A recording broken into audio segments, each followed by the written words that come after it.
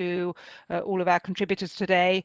Alistair Ross from The Economist, who will make a keynote address, and then Francis Way, who's Executive Director of the Climate Champions team for COP26 and Chief Strategy Officer at CDP.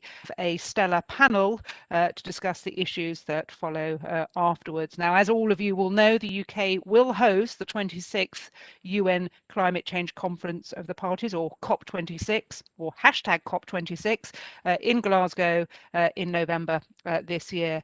And these talks will bring together heads of state, climate experts, businesses, cities and regions to agree coordinated action to tackle climate change.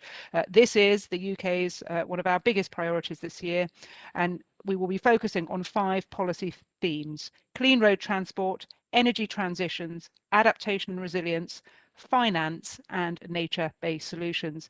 Now, in all of this, the UK sees Sweden as a very close partner and ally in driving international ambition, and we're collaborating very, very closely on all of these areas. And talking of ambition, the British Prime Minister Boris Johnson will be speaking today at the US Leaders Summit, and in that speech he will be pushing to raise the global ambition to tackle climate change. And it really is about having an ambitious agenda. The UK this week continues to put its money where its mouth is. Our 6th carbon budget will now reduce greenhouse gas emissions by 78% compared to 1990 levels by 2035, and we will, as we have done with previous carbon budgets, enshrine that in British law. Now, none of this is possible without the contribution and the innovation and the driving force of business, particularly big business. So I'm really pleased that we have strong representation on the panel today from Sweden to discuss this issue, particularly with AstraZeneca and their experience of their own ambition zero carbon strategy, which I think will be a model for many going forwards. Governments can set frameworks, we can implement laws, but it's businesses like yours that will be the drivers and the innovative forces in delivering net zero. So without further ado, because I am not the main event here, but I'm delighted to be able to open this, I'm going to hand you over to Alistair Ross, who will give the keynote address this morning. Thank you, Alistair. Welcome everybody to what promises to be an exciting and informative event, I think. As we've heard, we'll be looking this morning at the role of business in addressing the climate challenge. How can companies contribute to achieving our climate goals, and what role should they adopt in their dealings with each other, with government, and with all of us, their clients and consumers. I'm looking forward very much to discussing these crucial issues with a panel of real experts quite shortly. But first, I'd like to set the scene with a brief look at some of the dramatic ways climate change is affecting the world those businesses operate in. I want to focus on how climate change is affecting the big picture, the power balance between nations and the status of their populations. How do climate and geopolitics connect with business, you might ask? Well, we all have a future of and the markets on which business depends, where money and power are concentrated, where inputs are scarce or plentiful, and where social stability is threatened, are subject to the shifting currents of geopolitics. Today's familiar business brands may be raised high or brought down by shifts in demand wrought by the effects on geopolitics of the changing climate. And of course, businesses are more than mere observers reacting to changes they see in their markets. When it comes to climate, primary actors as business managers, business owners. On the one hand, your operations generate a large share of global CO2 emissions. On the other, your investment and innovation will be of those emissions that targets require. When it comes to politics, the choices businesses make about where to site facilities, how to set up supply chains, and what to tell their consumers are tightly linked with public policy at the local, national, and global level. So climate, business, and geopolitics are and the way climate will shape future political relations should be a central area of study for business strategists and planners. In that vein, I'm going to look at geopolitical concerns relating to climate change in 5 overlapping areas. The first is the shift in the basic inputs that businesses will prize over the coming decades, and how that changes where economic and political power lie.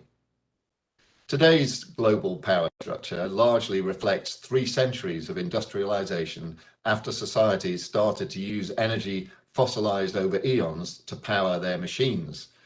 From preventing flooding in mines, to replacing muscle power in factories, to powering the vessels that carried trade around the planet, the pillars of the modern industrial world were built on those fossil fuels.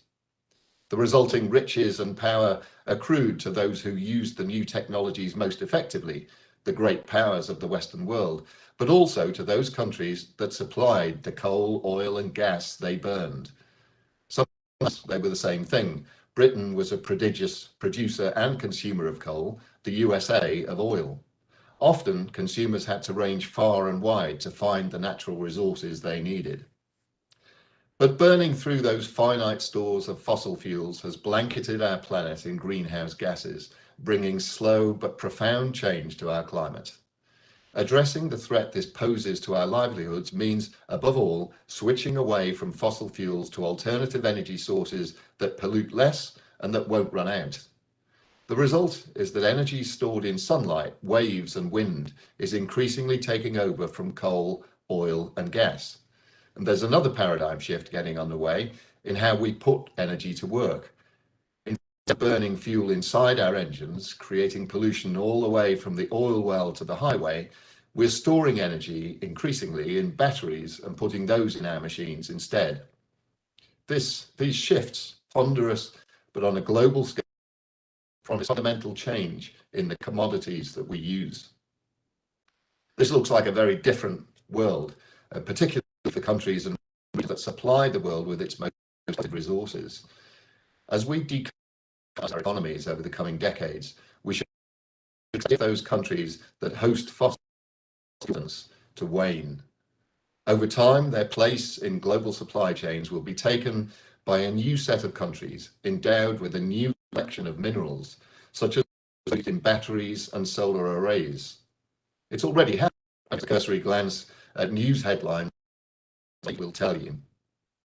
These increasingly sought-after resources are distributed as unevenly as fossil fuels, but according to a different pattern. The biggest concentration of fossil fuels is in the Middle East, a fact that's shaped the fortunes of that region for a century and more. 10 of its countries control nearly 50% of the Earth's oil and gas reserves, but occupy less than 4% of its surface. You have to ask, would the Middle East have held the world's gaze with such intensity were it not for that fabulous endowment? Would control of its land have been so contested?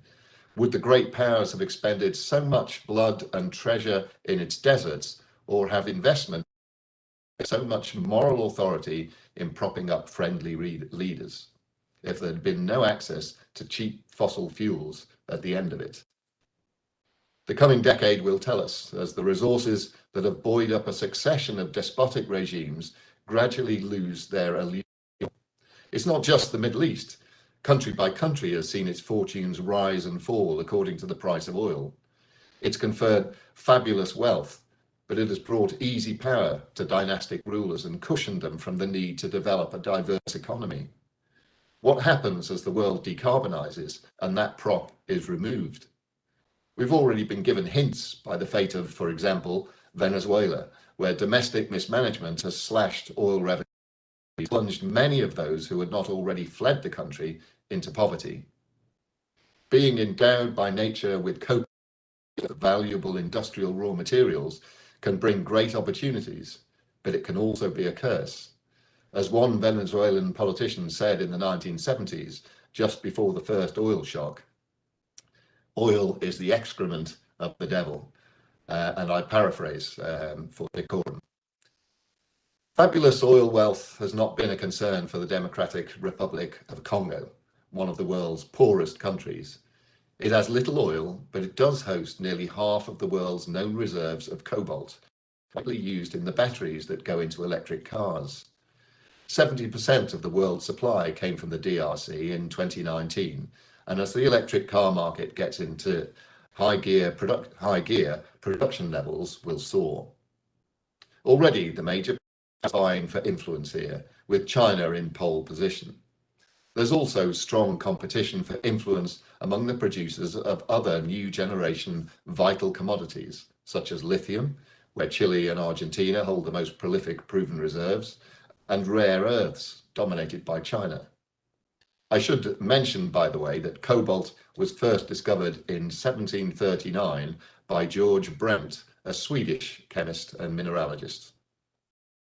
So, a new generation of nations is facing an era of focused global interest in their endowment of natural resources, with all the opportunity and risk that entails. Will the DRC prove wiser in its management of its resources than the oil nations that went before? And will interested powers be less warlike and more collaborative in their pursuit of its reserves? It seems unlikely. In the meantime, Middle Eastern nations are scrambling to develop a new edge in solar power, tourism, and technology. The switch will be slow and incomplete. Fossil fuels, particularly gas, will remain important for decades to come. But the gradual shift to a less carbon-based energy mix will bring the most profound change in the geopolitical landscape in 150 years. So, on to the next topic. This is less about the things we use and more about how we transport those things around the globe. The power balance between states is determined largely by the ease of passage from one to another. Both trade and conquest require the movement en masse of goods and personnel. From Hannibal's crossing of the Alps to Marco Polo's adventures on the Silk Road to the digging of the canals, the opening of new routes has been a transformative force in patterns of trade and the fortunes of nations. By raising sea levels and encouraging more extreme weather patterns, climate change is a threat to shipping and infrastructure, and companies will need to negotiate these shifts in trade patterns and supply chains. But while we rightly focus on the threats, shifts in our environment wrought by anthropogenic climate change will bring opportunities that could prove just as significant. The most striking example is this: the retreat of the ice sheets that for most of the year block passage around the Arctic Circle is already in evidence and will open new routes for trade by the middle of the century. This northern sea route will have particular significance for Russia in economic but also in geopolitical terms. Russia's power relations through the ages have been shaped by an ambition to gain access to the sea via the Mediterranean and the Persian Gulf. This race for the coast has been a factor in many of the country's international entanglements over the centuries, including the recent annexation of the Crimean Peninsula, extending its control in the Black Sea. As the ice retreats, Russia will find itself in a few decades a year-round shipping route running from the Barents Sea in the west to the Bering Strait in the east. This convenient route to Asia, Northern Europe, and the Atlantic Basin could transform its economy, bringing development to its northern regions and enhancing trade links with China. Scandinavia stands to benefit from the new trading route too, both in terms of its own trade and in offering port and logistics facilities to other users. But Russia will dominate the route and is already flexing its muscles over who and what can sail those seas. Scandinavia has reason to be apprehensive about the potential for a new locus of Russian power. By the way, this complex pattern of threat and opportunity for Russia is repeated in the melting of the Arctic's permafrost. On the one hand, this threatens to undermine key infrastructure. Ironically, much of Russia's oil production capacity is sited on permafrost that is melting under the effects of fossil fuel consumption. Wellheads, trucking roads, and whole communities will come under threat as the ground softens in the short term.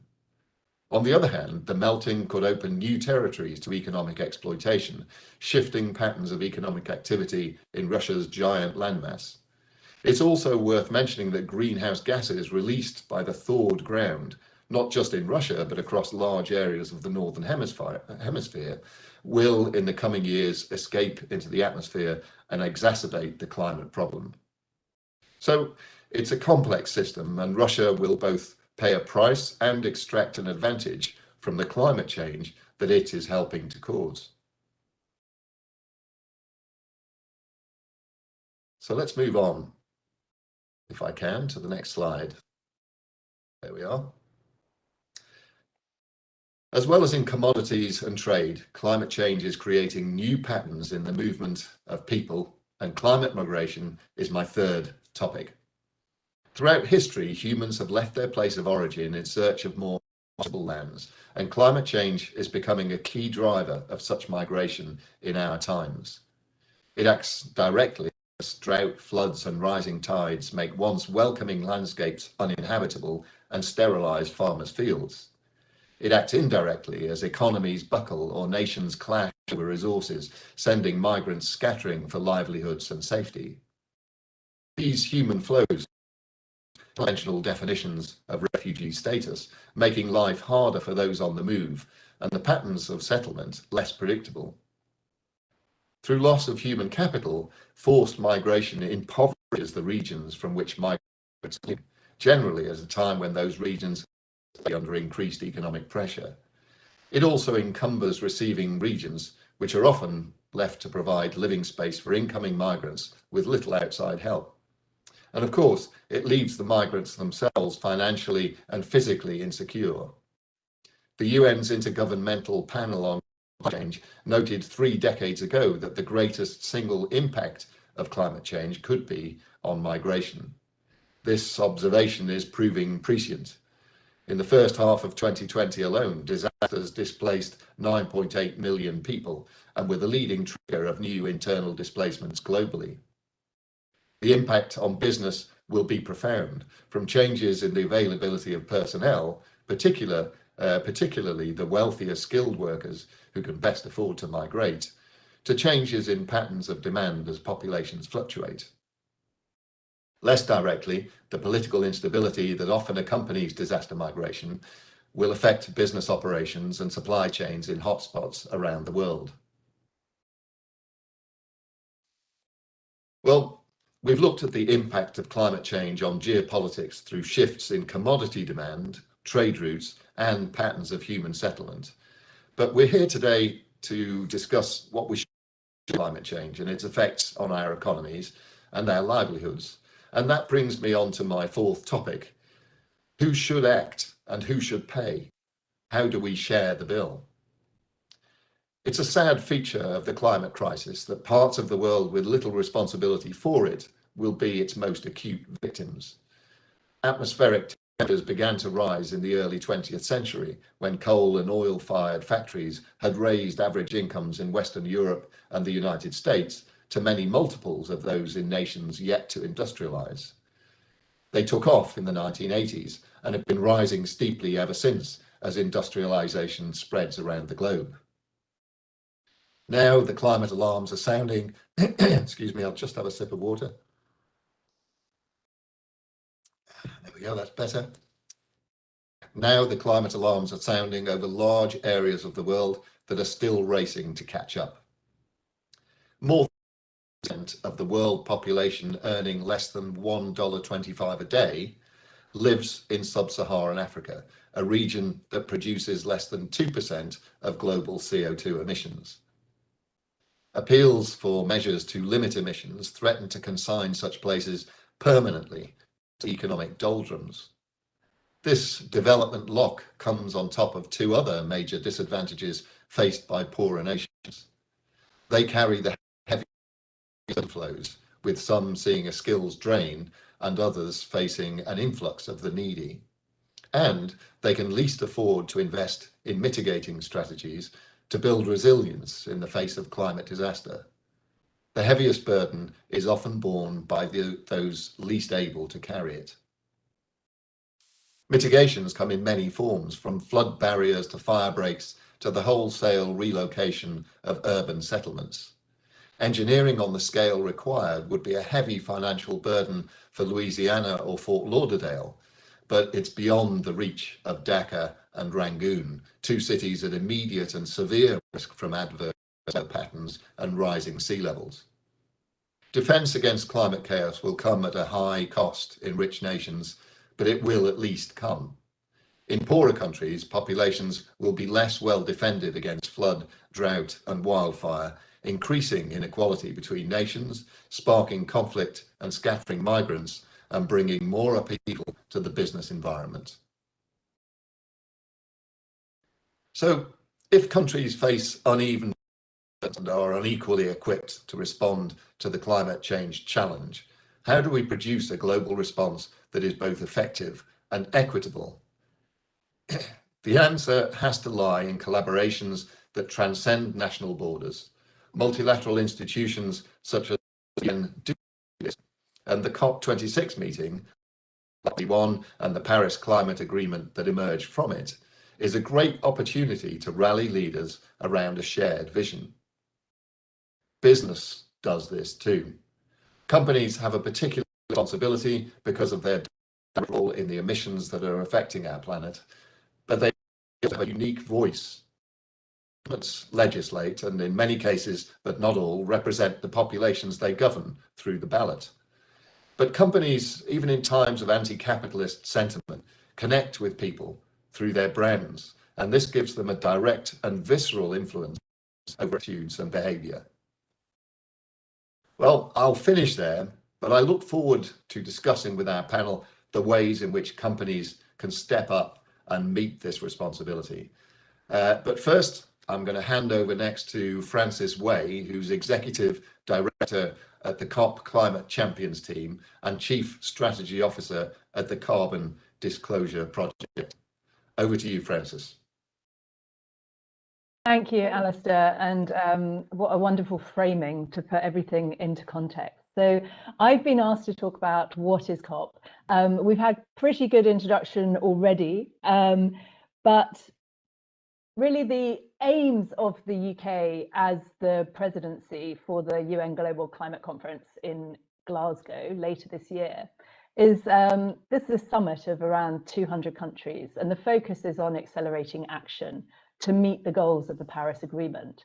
The COVID-19 pandemic has obviously made this more challenging, but it also gives us the focus on building back better and acknowledging that we're at a turning point for our planet and our health. We absolutely need successful multilateral collaboration at COP26 to reach agreement that accelerates emissions reductions. The nationally determined contributions so far have not been enough, although so many announcements are coming out this week. It's quite exciting to watch. We need to strengthen adaptation and resilience to climate change as the impacts are already happening and being felt now, particularly in vulnerable countries. And we need to scale up the finance and support and actually deliver and surpass the $100 billion goal per year for developing countries. At the same time, we need to ensure that we're protecting and restoring nature and empowering inclusive action. In particular, the Paris rulebook needs to be finalised through the negotiations, but equally important is the need to show that the transition needed is already being implemented and that clean, low-carbon growth is the growth story of the future and that this is underway, accelerating and irreversible. So the UK, as presidency, incoming presidency, has a strategy. I'm not part of the UK presidency's team, so I just sort of want to make that clear. But the strategy and work plan, if we start at the top, encompasses the overarching Paris goals of mitigation, adaptation, resilience, and finance. This translates in the enhanced nationally determined contributions and long-term strategies, and this being a ratchet year, 5 years from the Paris Agreement, this is really important. It then goes into the negotiations, for example, finalising the Paris rulebook. But as we heard in the introduction, there are also the 5 campaigns. Now, this is quite an innovation by the UK presidency, and it's a reflection of the recognition that implementation of the Paris Agreement can only be achieved through coordinated action across the whole of society.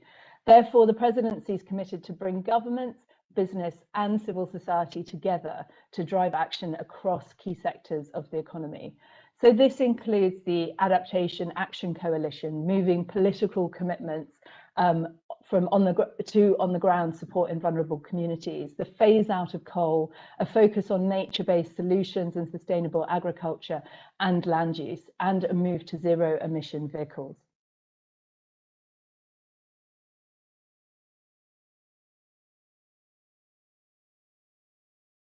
The importance of this whole of society approach is in part due to the fact that we need the innovation and the private sector financing and new business models of the future. But as Alistair touched on, there's also this ambition and action that drives more ambition. We call it the ambition loop. So it sort of reinforces the confidence of the countries to set more ambitious targets themselves. Now, you could actually add another player into all of this, which is the civil society demand side of it, that then reinforces the supply and demand. But what we see is that the more action we see from the non-state actors, the more action we see from the countries themselves. And this becomes a kind of cycle of ambition and action. So I'm part of the Climate Champions team, and the team supports the two high-level climate action champions. That's Gonzalo Munoz of Chile, of COP25, and Nigel Topping of the UK. Now, they have a UN mandate to work through the Marrakesh Partnership, which was established after the Paris Agreement, and are responsible for mobilizing the non-state actors, so raising ambition and driving action through business, investors, city-states, and civil society. And they have three campaigns that we are pushing, and I'm going to go into more detail on. And this speaks to what should you do for COP26. So the first one is join the race to zero. This is a global campaign with all members committed to the same overarching goal: halving emissions by 2030 and achieving net zero by 2050 at the latest. And as part of the ambition loop, those in the race to zero then become part of the broader Climate Ambition Alliance, which also includes countries committed to net zero.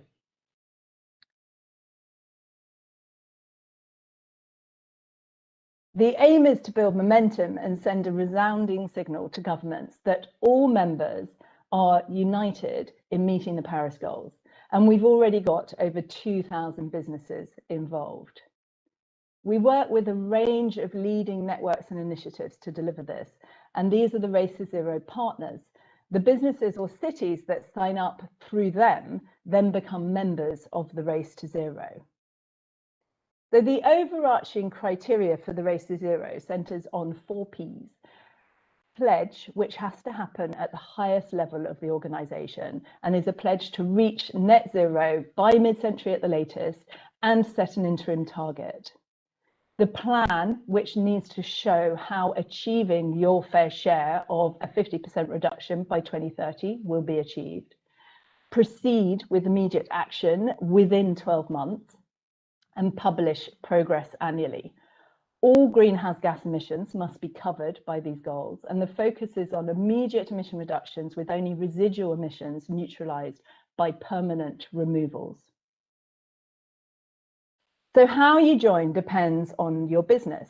If you're a large business, you will either sign the Business Ambition for 1.5 pledge and set a science-based target, or you could join the Climate Pledge. If you're a smaller business, you might go to the SME Climate Hub, or if you're a B Corporation, you will go through B Corp. There are a few sector-focused initiatives, and then finance has their own initiatives, also with the Net Zero Banking Alliance that was launched yesterday. So the second ask is to commit to the breakthroughs relevant to your sector. The aim is to accelerate systemic transformation by driving sector breakthroughs to trigger exponential decarbonisation in at least 10 sectors by COP26. So these are drawn from the Climate Action Pathways published under the Marrakesh Partnership. This is a group effort involving multiple NGOs and IGOs that make up the Marrakesh Partnership stakeholders. Collectively, the breakthroughs articulate what key actors must do and by when to deliver sectoral change at pace and scale. This includes clarity on actions for different types of actors, including supply and demand side companies, investors, local government, and civil society. It focuses on aligning and convening key actors in each sector around the shared climate action pathway. And our goal this year is to achieve tipping points, really defined as actors covering 20% of their sector committing to each breakthrough. We're working closely with the Mission Impossible Partnership on the heavy industry and heavy transport sector delivery of the breakthroughs, and pointing to multiple other action alliances that support the different actions, whether that's demand or supply, required by different stakeholders. The third ask is to join us in the Race to Resilience. This is our latest campaign that we've just launched. It's a global campaign which is about catalyzing a step change in global ambition for climate resilience, putting people and nature first in pursuit of a resilient world where we don't just survive, but thrive in spite of the climate shocks and stresses. Our overarching metric is to build the resilience of 4 billion people from groups and communities vulnerable to climate risks. And the focus is on urban communities, for example, cities and importantly slums, rural, such as the smallholder farmers, and coastal to protect the homes and businesses subject to flooding and extreme weather. We recently announced the first 20 initiatives that are part of the Race to Resilience. So again, to become a member of Race to Resilience, you can either join these initiatives or we will accept other initiatives that are founded and brought forward to fill some of the gaps in the action required for resilience in these vulnerable communities. So to sum up, what can you do? Well, you can join the Race to Zero and the Race to Resilience. You can influence others. You need to encourage your peers, your suppliers, your customers, your employees to join the race. You should advocate, use your geographic reach, support clear climate policy from governments, be vocal about the need for climate action where you operate. Help us achieve the breakthroughs, drive exponential change, create demand for clean solutions, and collaborate to pioneer innovations in order to break through and halve the global emissions within each sector within a decade. And sign up to those demand signal sort of transformational change campaigns, such as EV100 committing to electric vehicles, RE100 committing to renewable energy, Steel Zero committing to purchasing net zero steel, the Mission Impossible Partnership, and take specific action on the COP26 5 campaigns. Thank you.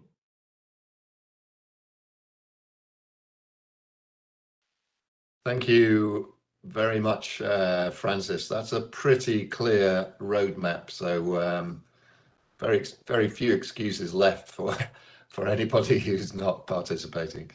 Okay, that's great. Thank you. We'll move on now to a panel discussion, and I warn you, it will be probably a little more general than the very specific stuff that we've seen from Frances, but or at least I'll be starting a lot more generally than you have gone. We have a fantastic panel. I'm really delighted to be able to introduce them. First up, we have Katarina Agerborg, who's AstraZeneca's Executive Vice President for Sustainability and President of AstraZeneca in Sweden. AstraZeneca is a member of the UN's Race to Zero campaign and the climate groups EV100, RE100 and EP100 campaigns. And of course, AstraZeneca is, I have personal reason to be grateful to AstraZeneca as a company.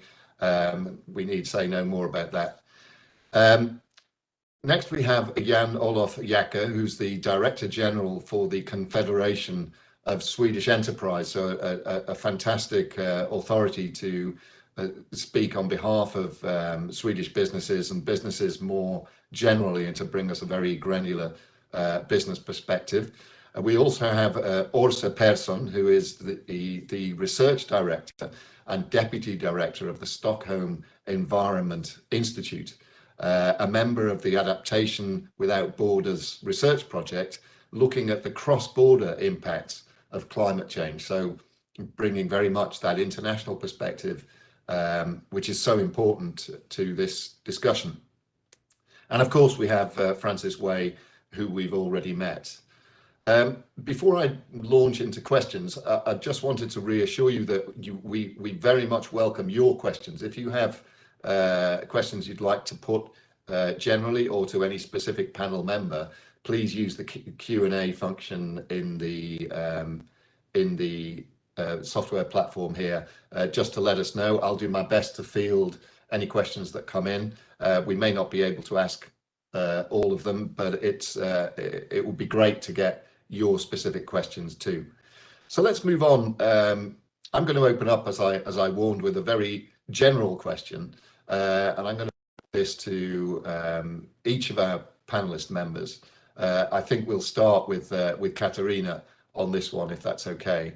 The question is, what are the major threats to business operations posed by climate change? It might sound a bit of an obvious question, but what do businesses stand to lose if the response to climate change from them and from governments and from all the rest of us proves to be inadequate?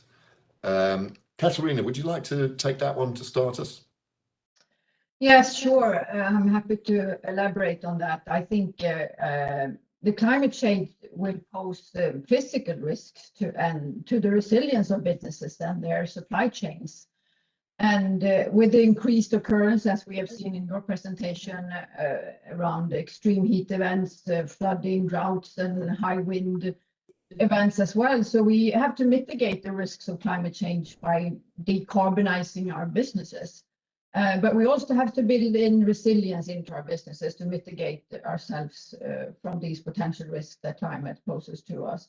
And I think we don't have to go to Australia. We had a hot summer in Sweden in 2018, and there we had to increase our cooling capacity to make sure that we stayed safe and compliant in our operations of the sites. And I think in order for governments and society to realize the transition to a low carbon economy, tough choices are going to have to be made in regulatory policy and marketplaces to encourage realization of green sustainable economies. I think we have to talk about carbon taxes, green substitution, transition away from fossil fuels for both heat, power and transport.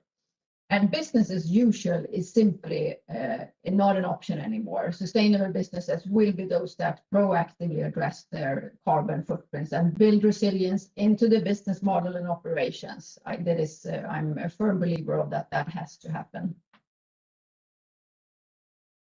Okay, thank you, Katarina, for that. Let me move on to Åsa from the Stockholm Environment Institute. Åsa, from your point of view and the point of view of the Institute, what's the threat here to businesses?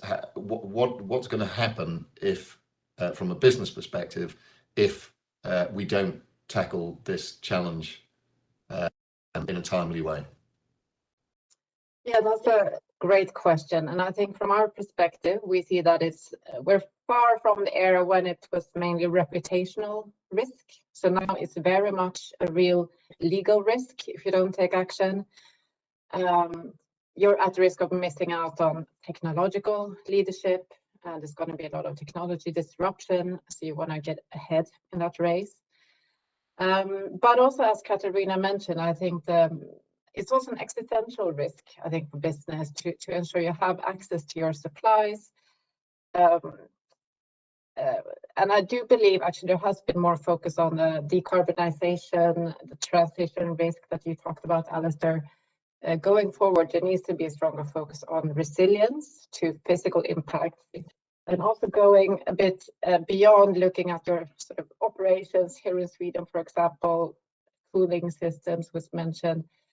and really going as deep as you can in your value chain and understanding the climate impacts that might sort of cascade through the global trade system. So that's what we're interested in, also trying to get a more globalized view of climate adaptation and resilience. Great, thank you. That's interesting. I guess one of the things I'm trying to get at here is you mentioned that this started out as a sort of reputation risk to companies, that if you're not seen to be doing the right thing, that potentially there's a damage can be done to your brand. But I think it's very clear now that we're moving beyond that to a point where it's not about necessarily being seen to do the right thing. It's about, if you don't do the right thing, your business will suffer. Let's move on to Jan-Olof, the Director General of the Confederation of Swedish Enterprise. Jan-Olof, forgive me if I press this point too much, but you are in a position to speak for a multitude of businesses in Sweden, but I imagine you have an insight into the business perspective beyond Sweden's borders too. What's your sense here of where business stands today in terms of the threats that it faces from climate change? What are the key things that businesses need to guard against as we move forward in this area? Jan-Olof, over to you. Thank you. Well, I think a couple of things that was said on the previous question here is really important. I think Katarina talked about legislations and market design. I think that is critical, that we have as bigger economic areas as we can with consistent rules and consistent legislations. If I speak for and obviously I can't speak for every single business, but in general, I think we have moved a long way in terms of seeing the consequences of the climate change and what we need to do as businesses. I think we've moved away from seeing that only as a burden, but rather as a commercial opportunity. And you can see that in the 22 sector-specific roadmaps to a fossil-free and climate-neutral future by 2045, which I think it's a great achievement by the individual sectors. But to me, there's no question that every single company I talk to now see this as a question of survival, a question of commercial success, and what we're asking for is really as large level playing field as we can get, and as limited sort of local limitations to our ability to export, for instance. And climate doesn't know borders. So we want to move away from too small areas of specific legislation. We should be leaders, I think, from Sweden, from Europe. In doing so, I think we are critical that we also can inspire the rest of the world to show that we can combine growth and a fossil-free future. If we only, I say only, get to a fossil-free future but can't seek further growth, I think coming back to Alistair's questions of the countries with a significantly smaller GDP per capita or so, it's hard for them to see the drive to move as well if you can't combine a future of commercial success, better quality of life, and a fossil-free future. Great, thank you. I will come back to you in a second on that, but before I do, I want to give Francis an opportunity to weigh in. Sorry, Francis, you must have heard that one many times before. I'll give you an opportunity to respond to this question at the most general level. What do you see the major threats to business operations posed by climate change? What do they stand to lose? I mean, so all of the above mentioned, definitely. But I also think it's really important for businesses to realize that, the stakes keep getting higher. We have a finite carbon budget, which we're continuing to use up. the urgency grows. And I think the sort of civil society perception of business moves from, you know, are you responsible for the problem as a reputational risk, to are you clearly part of the solution or not? And the concept of leadership changes all the time. The science gets updated. What's needed grows and grows. And if businesses don't keep up with that and think that their leadership from 5 or 10 years ago remains enough, the integrity and the trust of their customers and sort of wider stakeholders will be impacted, in my view. Super, thank you, Frances. We have a question from our audience, and I think this would be a good moment to introduce this. It's from Eric Lindroth. Thanks, Eric. I don't know what election you represent, but thanks for the question all the same. And Eric asks, how should we manage conflicts in regulation that actually leads in increased climate impact? A relevant example is the Single-Use Plastics Directive that includes sweeping demands that actually prevents the use of key products which significantly reduce plastic use and high renewable material use, and therefore lower climate impact. Industry is prevented from innovating here, and regulators are not to adapt. So I think the question here revolves around coherence in the detail of business regulation. Maybe this is, I'll start with you, Jan-Olof, on this one. I'm sure this is probably an area where you feel the pain through your members as much as anybody else. So do you want to address this question a little of the coherence of regulation? I think Eric's question is good, and it's actually a very good example of what I was sort of more broadly addressing. We have a similar situation on what's called the chemical tax coming in on, which will impact, you know, white goods and whether it be PlayStation imports or whatever. But it has very or no impact on improving the climate. So I think the importance here is to move legislations to areas where we make a true impact on the climate, no matter whether it's in Sweden or somewhere else. And we should stay away from incoherent legislation that is more of a, seems to me to have more of a political background rather than a scientific background. Right. Good, that's excellent. Thank you. Let me put that same question to Katarina. You know, AstraZeneca is in a very highly regulated business. What's your perception here of the interaction between, you know, general business regulation and regulation designed specifically to address climate issues? Do you see conflict? Do you see contradiction? Well, yes, I mean, there could be some conflicts. I think on the use of plastics, I think we have to, you know, maximize the reduction of non-essential single-use plastics. But then I also think that we have to, and we're heavily regulated, of course, in the industry, which we're so used to. But I think we as companies and governments and policymakers have to work together to make sure that we're not creating these unnecessary conflicts. And then separate from that, of course, we have to be innovative around, you know, how to manage that. And we do develop month after month, year after year, lots of new innovation around climate. So I think these things have to go hand in hand to address that, you know, to minimize at least conflicts in that respect. Thanks very much. Frances, you laid out quite a detailed roadmap for companies to get involved in helping to address climate change, all from a sort of multilateral perspective.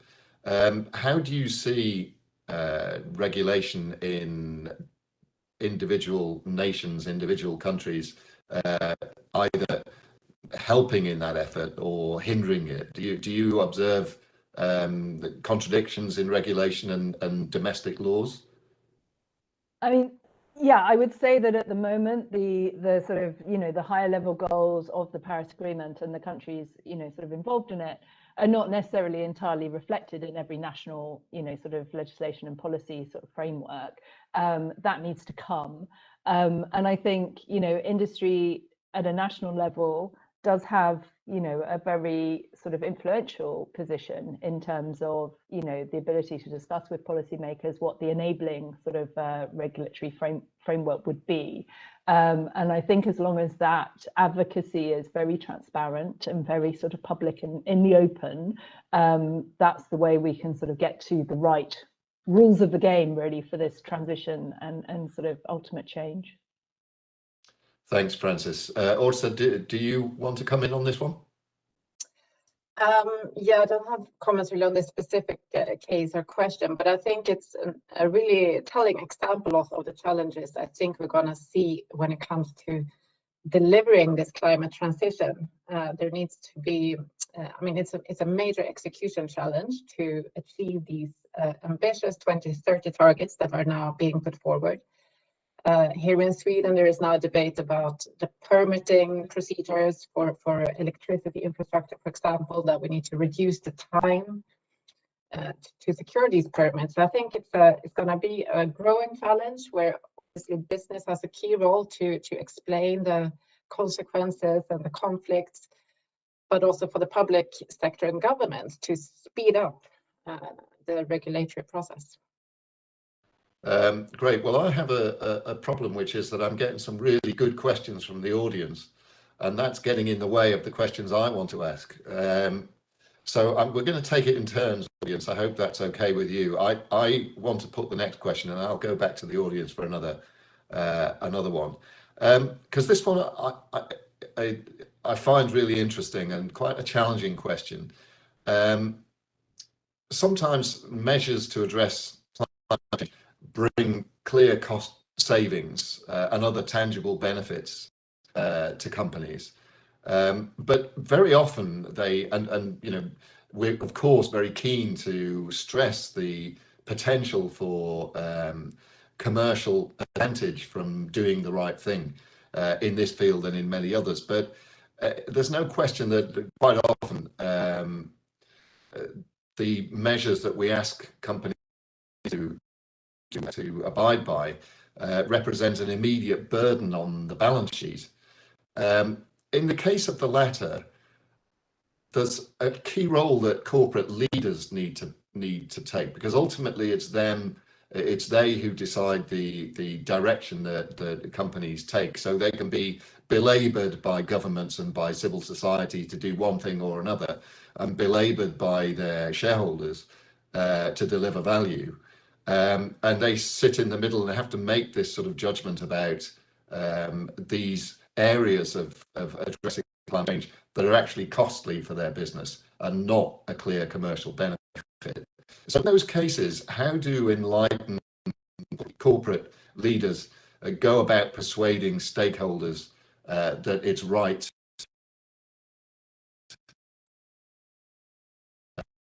and beneficial to I'm going to put it to Jan Olof as the representative of the entire global universe of companies. Jan Olof, would you like to come back to us on that one? Yeah, well, to be perfectly honest, I don't really recognize the description you just gave. I would have said I fully recognized that description 5 years ago. At the end of the day, any business leadership is responsible to their owners to deliver a successful long-term business. And with that in mind, this is an investment like any other investment. It's an investment to make you have the opportunity to have a sustainable future. And I'm not just meaning a green sustainable future, but also an economic sustainable future. At least in the Swedish companies, which I obviously know best, I think that is a relatively marginal discussion today. I think we have all realized that if we want to be competitive for the long term, there's no question we need to rethink what we invest in. And I do think we have, when we talk about how you create the market, that is really important, so that we give the opportunities and provide the opportunities to make those investments in your green future in order to be competitive on a global scale. The customer and consumer pressure goes all the way through the value chain. It's very clear when consumers put more and more pressures on car industry, who then goes to steel industry and say we want contracts on fossil-free steel. I mean, the power of that is immense. But then someone said, I think also said, what is then the governments and society's part in it? With business can't solve it alone, governments can't solve it alone, consumers can't solve it alone. It's critically important that when we look at the investment we want to make in a greener future and an accelerated way to a fossil-free society, the ability to reduce lead time for permissions is absolutely critical. Ensuring that we can have an energy and electricity system that can cope with probably at least twice the consumption we have today. It's critical that the governments provide the right sort of market conditions for that to happen. Right, good, thank you. That's a super answer, and I find it encouraging. So thank you very much for that. Also, I'd like to ask you to come in on this one. You know, from experience at a major international company, presumably under pressure from its stakeholders in both of these directions, both to be green and to be profitable. Do you have reflections on this sort of potential conflict between those two aims, and how you go about leading your stakeholders towards the conclusion that you want them to come to? Were you asking me, Alistair? I didn't hear actually. You came Yes. in out. Sorry. Also, yes, I was asking you this question about how you take the business, which may not always be the most profitable direction. Okay, I understood the question. I just didn't hear who you were asking to answer it. So, and I agree with Jacke, of course. And I think that there is not a question anymore of the cost of doing it, but you have to have an understanding, and you have an understanding of the cost of not doing it, I think. And also from an investor perspective, those of us that are in big companies, the dynamic with investors has changed considerably the last couple of years. And today, investors view sustainability and environmental protection very critical, as you know, for the health of the business as such. I also think we have to get used to the fact that we invest in some things that will have a short-term incremental cost, but with a medium and long-term investment that we actually have to make because of the issues that we're in with the climate.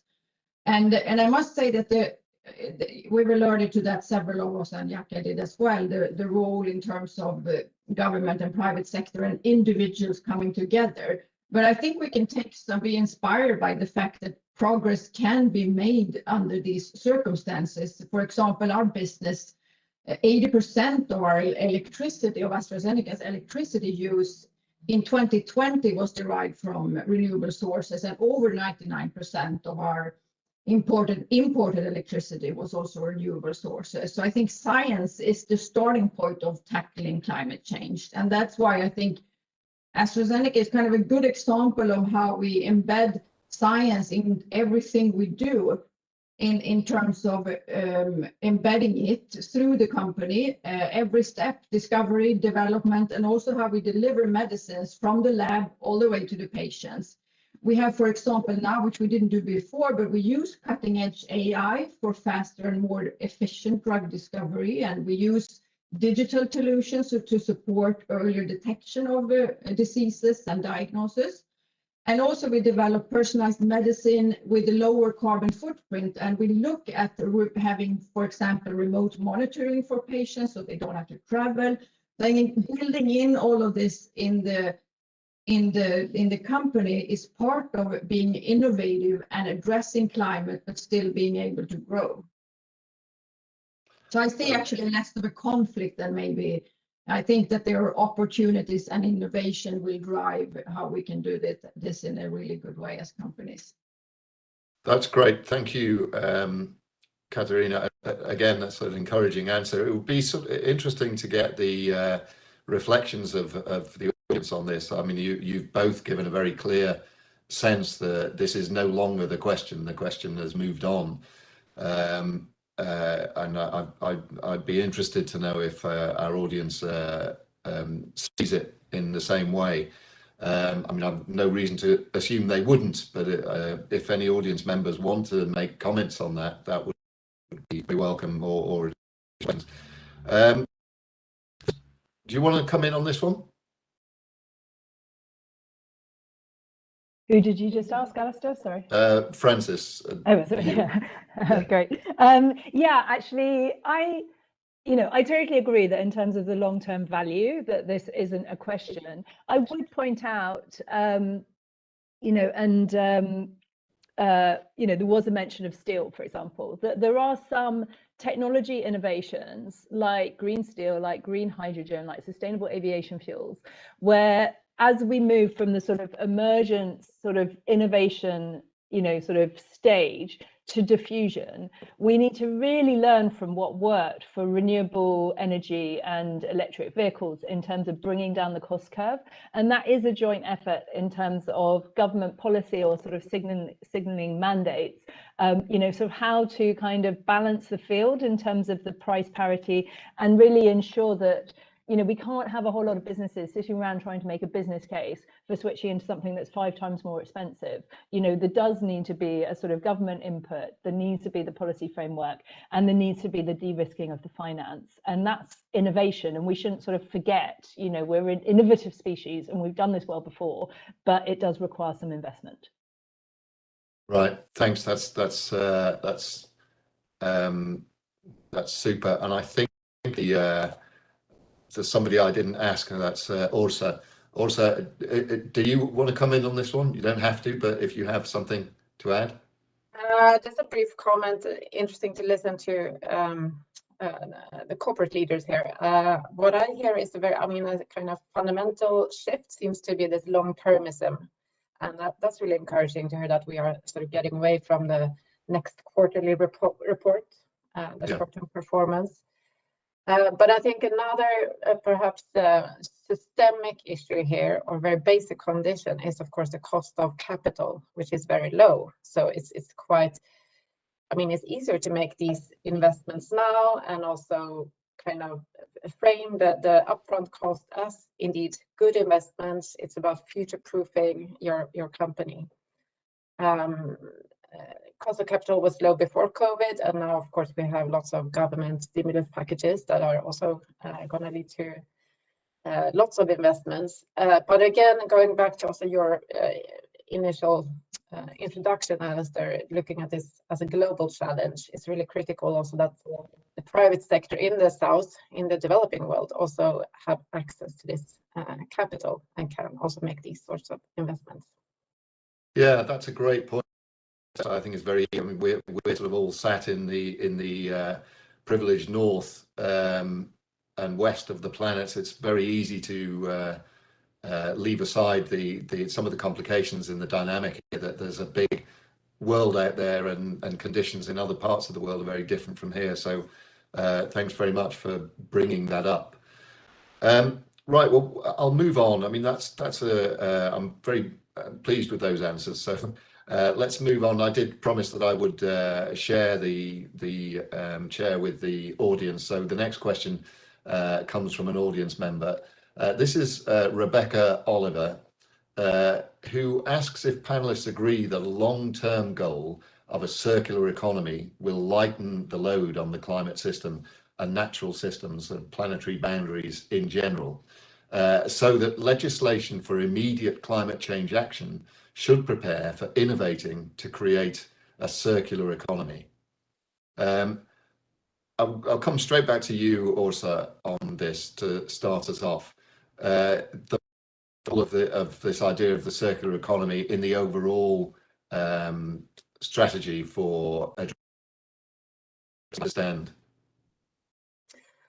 Again, I think a really great question. And what we see is that indeed circular economy, it is an old concept, but it's really gaining a lot of interest now because people are looking also for a more broad solution. It's not just about greenhouse gas emissions, to be frank. It's also about how we use other resources, water, for example.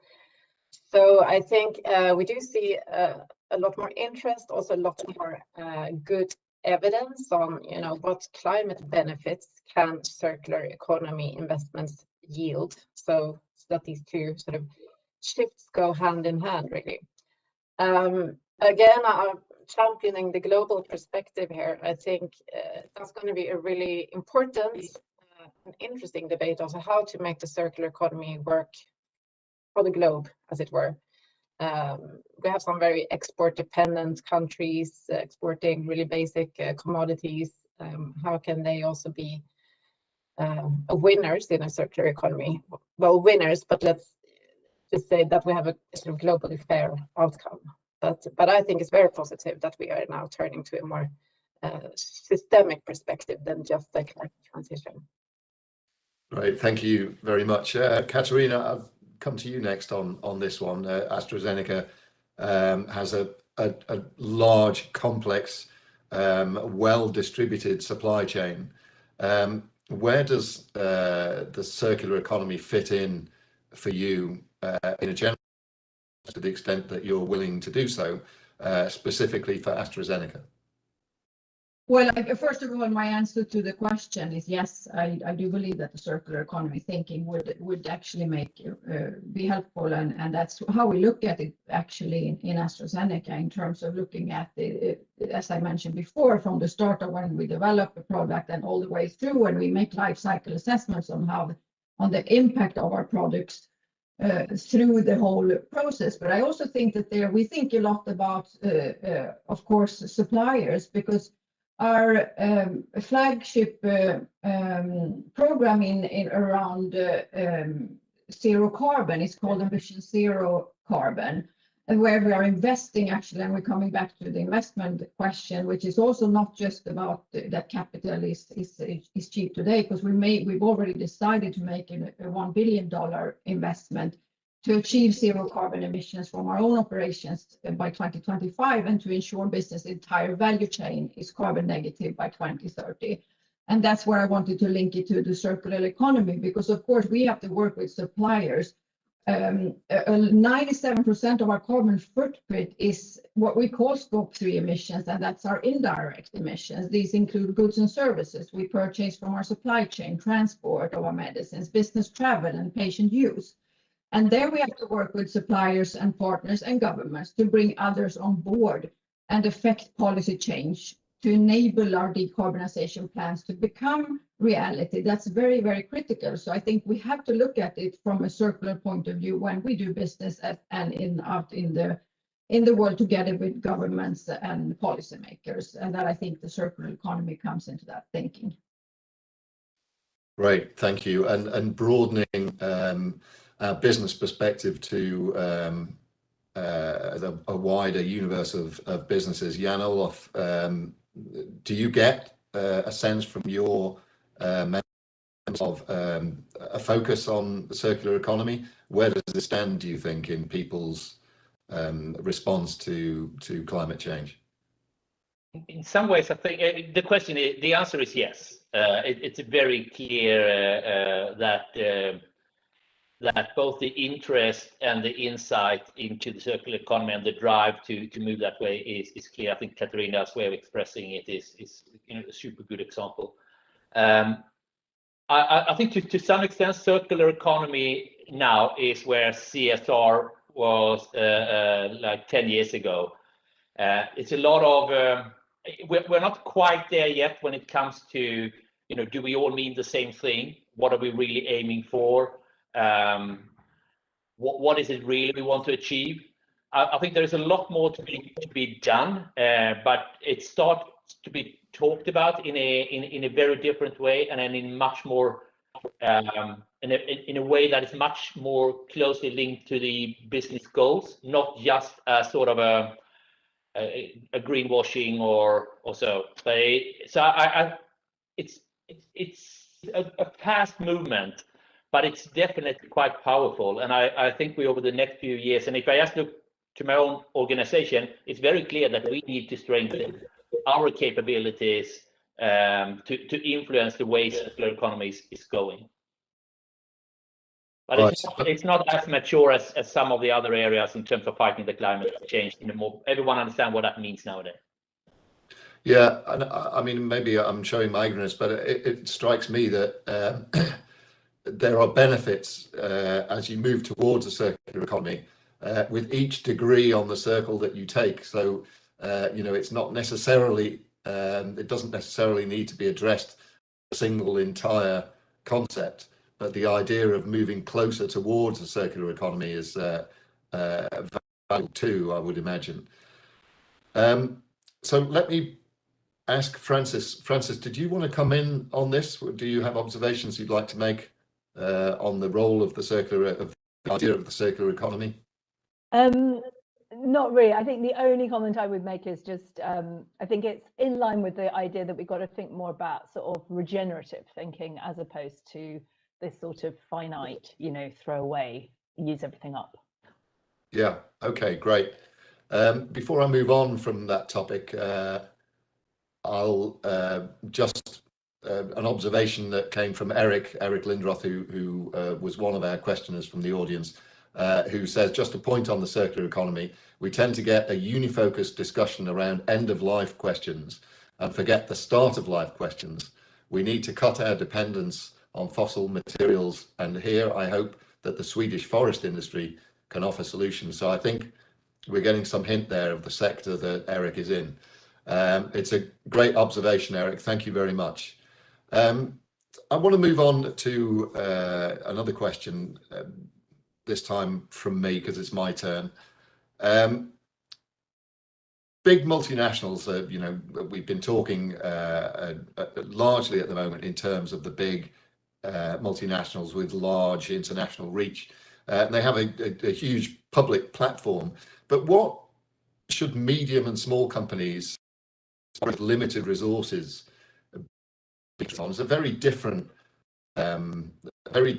landscape for smaller, less internationally connected, less influential brands and smaller companies to address here. So I'm going to jump straight across to Olaf for this one, Jan Olaf. Small companies and medium companies, how do they get into this? Jan Olaf. Well, I guess I don't want to sort of try to give advice to what all small and medium-sized companies do, but yes, as a small example, obviously over the last 12 months, it's been quite difficult to travel and meet with companies. But for the first 12 months in my role, I traveled around and met with around 300 companies, most of them small. And there was no question that they have sustainability and addressing the climate change built into their business plans, just as the big ones. Obviously, the single individual companies cannot have the same impact as an AstraZeneca or SSAB or whatever. But on the other hand, there are many.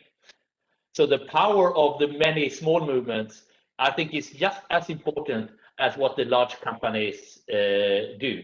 It may be less sort of obvious, but there are no doubt that the movement is there also with the small companies, and to an extent you can say they're almost like consumers as well.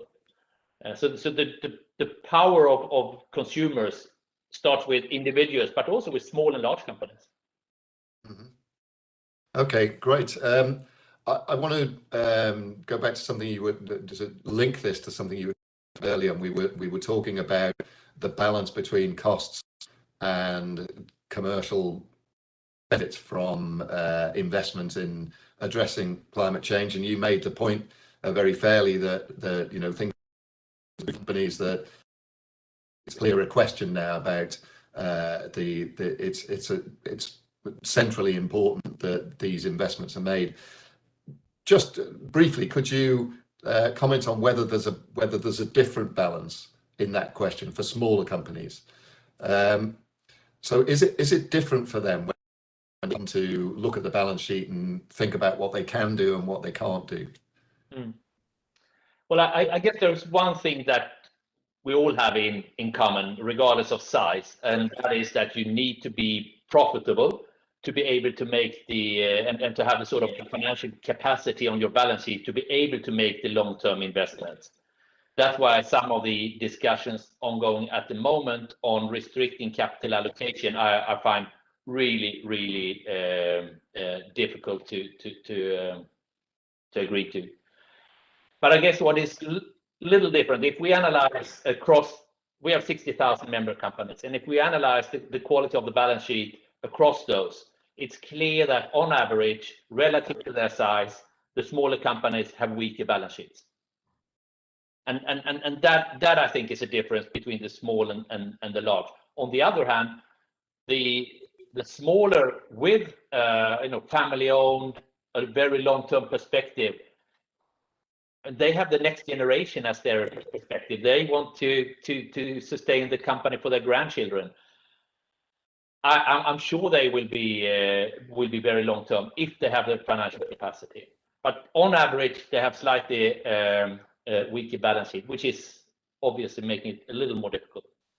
Right. Thank you very much. Let me move straight across to Francis on this one. Francis, you started today with an exhortation to companies, a series of initiatives that you were presenting to us. Again, same question for you really. What's the role in this for smaller, medium-sized companies? Is it exactly the same invitation you send out to them? Is their participation does it take the same form as the participation of larger companies? Yeah, so SMEs can join the Race to Zero, and the UK has the UK Business Climate Hub, and we have the SME Climate Hub. So there's slightly less prescriptive, sort of way to set targets, but as we just heard, the sort of many part of it, the scale of the number of all these businesses adding together is significant. So we do want them to take part. And we also think that for a lot of smaller businesses, they are kind of, their relationships with their key customers and their communities are important. And this can be a really good, sort of part of the communication strategy for them to really show, the difference that they're making within that community as well. Super, thank you. And I'll move on to Åsa next on this question. Åsa, you deal a lot with international supply chains as a cross-border business, where smaller companies can often sort of get chewed up in the transactions between larger ones. What do you see here as the specific challenges that smaller companies face and the role that they can play in this larger campaign to address climate change? Yeah, that's a big question, and I think answers will also depend a bit which sort of part of the climate challenge you address, whether it's, again, adaptation and resilience. Then maybe we expect more from the big multinational in terms of stepping in, taking responsibility for ensuring that their supplier communities can sort of still supply or find alternative economic development. That's obviously harder for an SME. But it can also be very different if you look at decarbonization, more sort of technology intensive SMEs. I wanted to add here, I think an important practical way to support SMEs is to work with industry associations, obviously, sectoral ones. This is something we have tried to do as a research institute. And secondly, I think what's also really interesting now in our work with heavy industry in Sweden and globally is something about the geography of decarbonization and SMEs. How can you sort of support clusters of innovative companies developing? And I think sort of in very general terms, the whole climate transition is gonna obviously have different implications for the urban centers and the rural areas. And I think there will be more focus going forward on connecting these local SMEs to their place, their communities. And my colleagues told me, for example, in Kiruna, in northern Sweden, local businesses have joined forces to set up a local financing company. So I think that's a really interesting development, to sort of connect your SME to place and make sure that you build a positive cluster for accessing the benefits of the climate transition. Olof, Jan Olof, you had your hand up. Yeah, no, thank you. I was just thinking on the question you asked also was sort of challenges and opportunities and the role. And when it comes to businesses as a whole, obviously has a huge role in terms of technical development, the innovation we need. We need a digital success to have a climate success, etc. Here, the small companies, the power of innovation in the small companies can obviously play a huge role in the long term, also for the large companies. So that I think we should never underestimate the power of innovation and creativity and sort of drive in the small and medium-sized companies. So I'm sure they have a very, very important role to play also in the sort of the broader solution. Right, fantastic. Katarina, I want to give you the opportunity to come in on this. AstraZeneca is not a small, medium-sized enterprise, but you have many of them in your supply chain, I imagine. What's your perspective here on the role that the smaller companies play?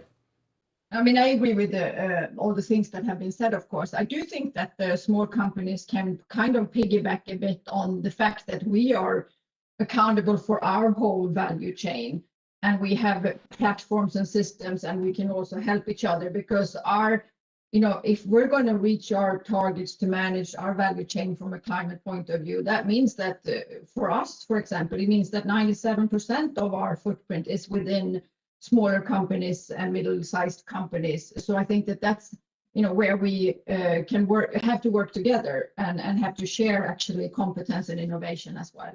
I do think that it's important that the small SMEs, which they do, as you say, also Jackie, of course, but that they as well as big companies, which they've started to do, focus on energy efficiency and renewable energy and all of those things. But there is a big market now versus a couple of years ago for sustainable alternatives and circular economy. So that is kind of, I think, how they will also work. But certainly we're kind of in it together, and it's not like we are big and we have a lot of capital and we can just do what we want to do, because we're actually also managing all the the SMEs that we work with in terms of distribution and the things I mentioned before.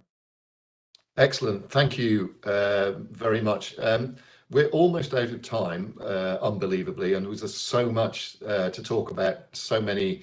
I can hear the depth of knowledge behind a lot of your answers, and I wish I could draw more of it out, but time. But I do want to finish with a very, very quick round question. And I'm debating whether to ask my round of question. It seems unfair and ungentlemanly to go for mine. So let's go for Spendrup, who was saying, which is very timely, I think. Huge question, very short answers, please. Are there any signs that the COVID pandemic has pushed the industrial world in a faster pace to become more sustainable? Let's start off with Katarina again with this one. Well, I think it's shown the vulnerability and the fragile healthcare system. It's shown how climate affects healthcare as well. So yes, it has, and also it has shown that we have to work together. If we have a common goal, we can do things faster. You've seen we're innovating in this space. So yes, definitely. I'll stop there. Jan Olof, what's your view? I think the leaps we have taken in digitalization has the potential of helping, definitely. But we also have a lot of countries now with weak balance sheets and more limited ability to invest. I think that's why we take a role in Business Europe, which is sort of our umbrella organization, to really push for the Green Deal. I think Europe absolutely needs to make no mistake in putting sort of the green transition and the digitalization as two cornerstones of the recovery. I'm absolutely 100% sure it will also put us in a better competitive situation. Great, always encouraging, Jan-Olof. Åsa, your turn. Well, maybe a slightly more pessimistic assessment also, just to add the balance. I think it's discouraging to see that investments in fossil fuel continue. The recovery package is not completely green in many parts of the world.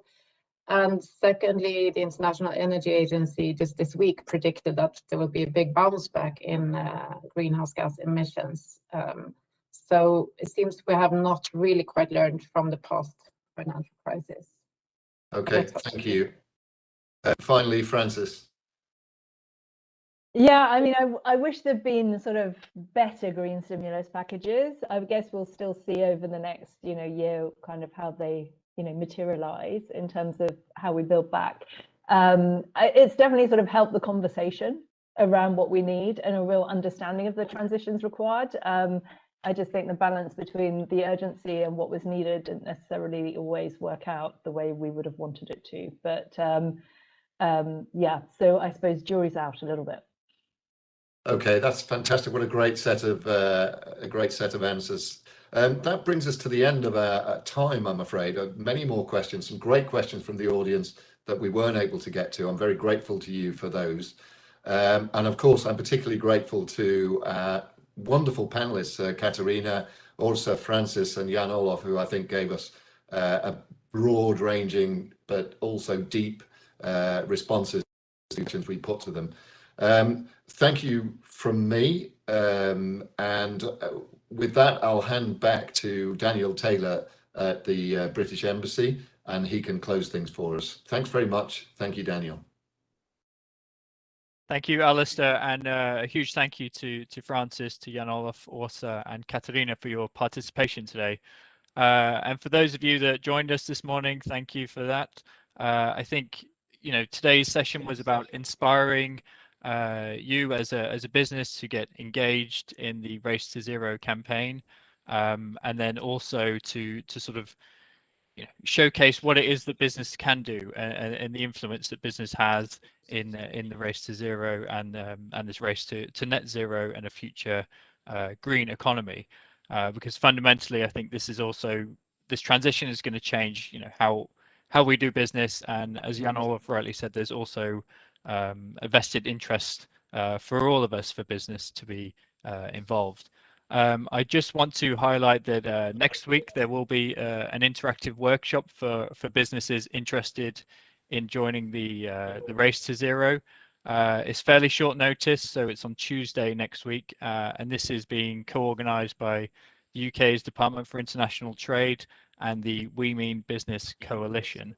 So if you're a business and interested in learning more in a smaller group setting, then there is an option when you leave this session to tick a box, and I will send you an invitation in the next 24 hours. So thank you once again to Alistair, all our fantastic participants, and thank you for joining.